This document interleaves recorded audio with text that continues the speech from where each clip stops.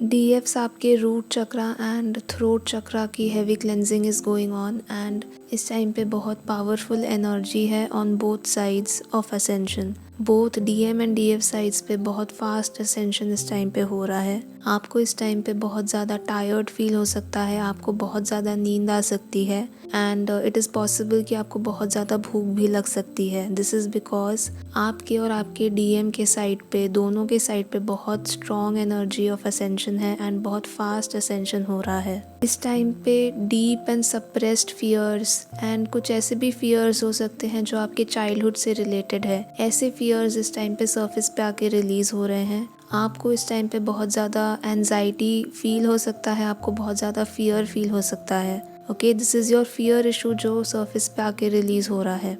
इस टाइम पे आपके थ्रोट चक्रा पे भी पावरफुल वर्क चल रहा है एंड सिमिलरली आपके डीएम के साइड पे भी, डीएम के थ्रोट चक्रा पे वर्क चल रहा है। Both DMs and DFs but specially DMs childhood से ही एक बहुत ही नार्सिसिस्टिक, बहुत ही टॉक्सिक एनवायरनमेंट में ग्रो होते हैं एंड बिकॉज ऑफ दिस बहुत ही नार्सिसिस्टिक पैटर्न्स एंड बहुत टॉक्सिक पैटर्न्स उनके सबकॉन्शियस माइंड में होते हैं एंड इससे उनका थ्रोट चक्रा सिवियरली ब्लॉक्ड हो जाता है। इस टाइम पे ऐसे इश्यूज की क्लेंजिंग चल रही है and because of this cleansing DMs के साइड पे, डीएम्स इस टाइम पे बहुत ही सिवियर ट्रिगर्स फेस कर रहे हैं। आप भी इस एनर्जी को मिरर कर सकते हो, आपको क्राइंग एनर्जी फील हो सकती है एंड आपको स्पेशली नाइट में बहुत ज़्यादा एंजाइटी एंड फियर फील हो सकता है because of the toxic and narcissistic environment जिसमें डीएम चाइल्डहुड से ही होते हैं। Because of this environment DMs के अंदर बहुत ही ज़्यादा सेल्फ रिजेक्शन होता है, अबैंडनमेंट इश्यूज होते हैं,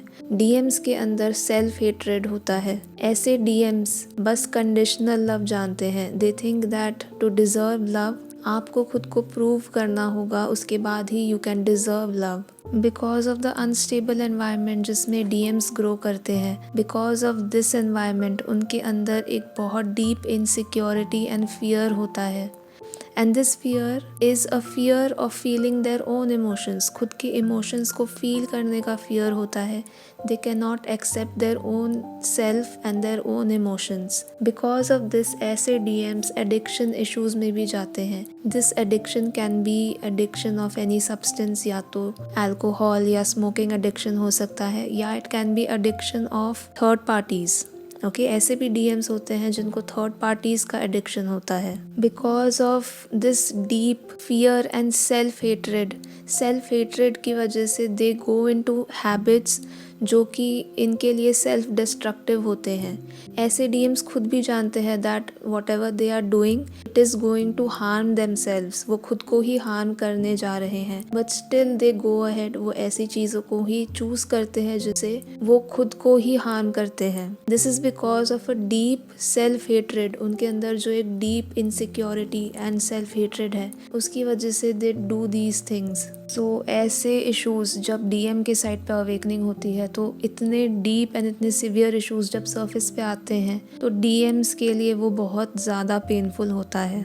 सो जब डीएफ्स आपके साइड पे, जब आप अवेकन हुए थे तो आपको गाइडेंस मिली थी बाय द डिवाइन, आपको चैनल्स के थ्रू गाइडेंस मिला है, बट आपके डीएम के पास कोई भी गाइडेंस नहीं है। वो बस जर्नी को कंप्लीट करते हैं by facing karma, by facing these issues. तो ऐसे सिचुएशन में द ओनली थिंग जो इनको पॉजिटिविटी देती है दैट इज़ योर एनर्जी। आप अगर अपने साइड पे पॉजिटिव रहोगे, स्टेबल रहोगे एंड अगर आप अपना इनर वर्क करोगे तो उस एनर्जी से आपके डीएम को स्ट्रेंथ मिलती है। So this is the importance of inner work. Inner work इस जर्नी में बहुत इम्पॉर्टेंट है। एक्चुअली इनर वर्क ही है जो इस जर्नी में इम्पॉर्टेंट है एंड डीएफ्स आपके साइड पे आपके रूट चक्रा पे वर्क हुआ है एंड लास्ट फ्यू डेज से भी आपके रूट चक्रा पे वर्क हुआ है। सो आप पहले से ज़्यादा स्टेबल फील कर सकते हो, पहले से ज़्यादा पॉजिटिव फील कर सकते हो।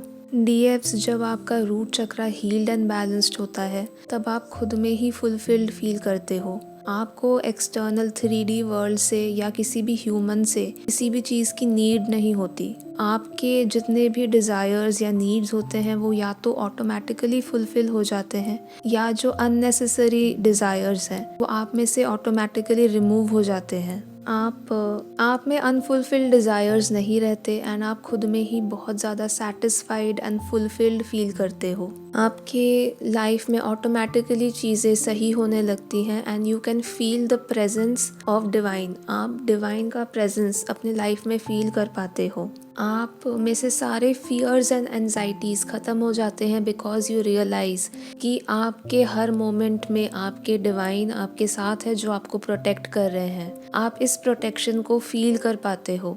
सो अगर डीएफ्स आपके अंदर अभी भी फियर इश्यूज़ हैं, आपके अंदर अभी भी अनसर्टेनिटी को लेकर फियर है, अगर आपको फ्यूचर को लेकर फियर है, तो आपको अपना root chakra heal and balance करना चाहिए। Now there is a dream channeling. एक ड्रीम चैनलिंग है that on this channel there are some DFs जिनका डीएनए क्लेंजिंग पेंडिंग है। आपके डीएनए में अभी भी ब्लॉकेजेस हैं। सो डीएनए के ब्लॉकेजेस ऐसे ब्लॉकेजेस होते हैं जो आपके लाइफ के हर एरिया में ब्लॉकेजेस क्रिएट करते हैं। ओके, आपके करियर, आपके रिलेशनशिप्स, आपके ओवरऑल हैप्पीनेस को ब्लॉक करते हैं these DNA blockages. Okay, and all those people जो आपके डीएनए के थ्रू आपसे कनेक्टेड है, लाइक योर फैमिली, ऐसे लोग आपके ऊपर अटैक्स करते हैं, आपके ऊपर कार्मिक अटैक्स होते हैं बाय दीज पीपल। अगर आपका डीएनए अनहील्ड है, ऐसे लोग आपकी एनर्जी को ड्रेन करते हैं। ऐसे लोग आपके ऊपर, ऐसे लोगों के थ्रू साइकिक अटैक्स होते हैं एंड ऐसे लोगों के ऊपर भी साइकिक अटैक्स होते हैं अगर आपका